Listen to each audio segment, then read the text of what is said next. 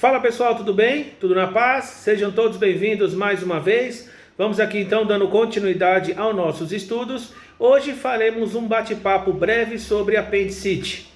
Em relação à apendicite, se vocês forem na literatura observarem o seu significado, ela é caracterizada como uma inflamação, uma infecção do apêndice. O apêndice, por sua vez, ele é um órgão vestigial, é um órgão tubuniforme de fundo cego, intraperitoneal, de projeção cordonal, onde você tem o mesoapêndice. Na sua distância em relação à válvula ileocecal é em média de 2,5 a 3 centímetros, onde a válvula ileocecal ela é muito importante, que seria a comunicação das alças colônicas com a alça de Delgado.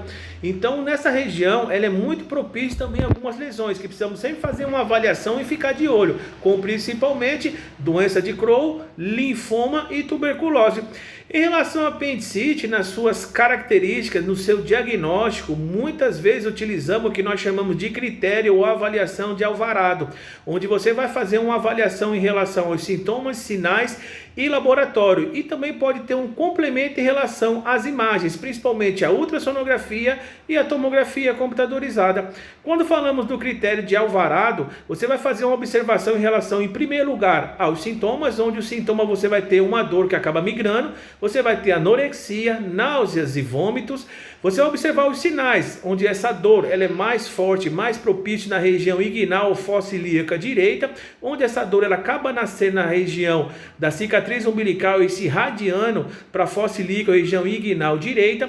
E você tem alguns pontos onde você vai fazer algumas observações que dão uma sugestiva de apendicite, como por exemplo o que nós chamamos de Bloomberg positivo.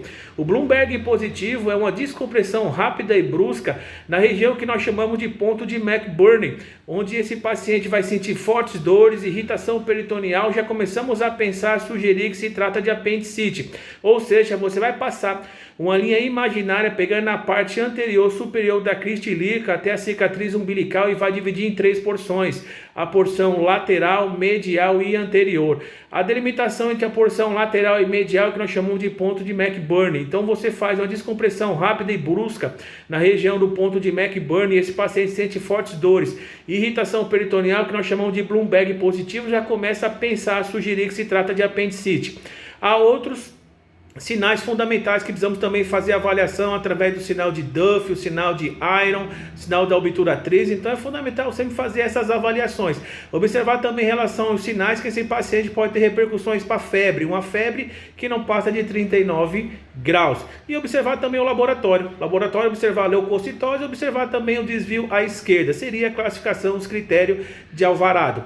Em relação à avaliação, na continuação da investigação do apendicite, você também tem as imagens, você tem a ultrassonografia. A ultrassonografia tem uma excelente avaliação na caracterização de apendicite. Porém, algumas vezes esse apêndice pode estar coberto por alguma alça intestinal ou um apêndice retrocecal e fica difícil fazer uma avaliação por tomografia computadorizada. Então o médico ele pede um complemento no andar inferior, no abdômen inferior da tomografia computadorizada para uma melhor avaliação. Essa tomografia do andar inferior inicialmente é sem administração do meio de contraste. Em relação à literatura americana, eles preconizam uma avaliação por apendicite, na grande maioria das vezes, com a administração do meio de contraste, intravenoso e até mesmo oral. Porém, no dia a dia a gente já começa a fazer uma avaliação e vê que na grande maioria das vezes não é necessário, não carece de administração do meio de contraste, porque você vai conseguir observar os sinais clássicos da inflamação. Esses sinais é o que nós chamamos de borramento da gordura, ou seja, a densificação da gordura reticulada, o aumento do apêndice, a sua parede espessada, vai fazer essa avaliação. Vamos observar o fecalito muitas vezes impactado, a proeminência de vasos, são alguns sinais clássicos que indicam que tem alguma coisa inflamada e infeccionada. Então a gente já consegue caracterizar então através dos exames clínicos, laboratoriais, que se trata de apendicite. Em relação à apendicite, os sinais é fundamental sempre fazer essa avaliação, principalmente você também compreender a sua fisiopatologia.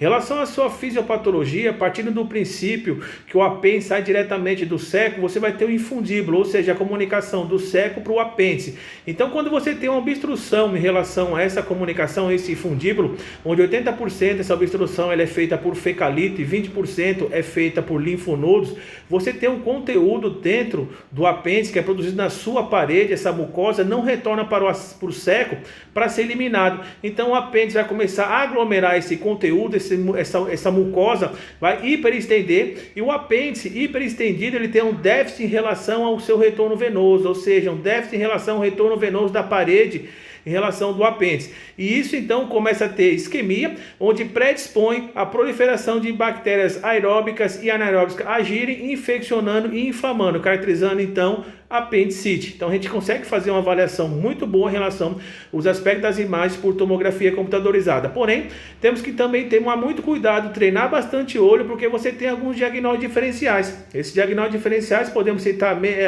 citar principalmente adenite mesentérica, podemos citar o volvo de seco, até mesmo a apendicite epiploica, né? A apendicite epiploica também é muito comum em relação ao diagnóstico diferencial de apendicite. Porém, a apendicite epiploica seria uma inflamação em relação à gordura dos apêndices epiploicos.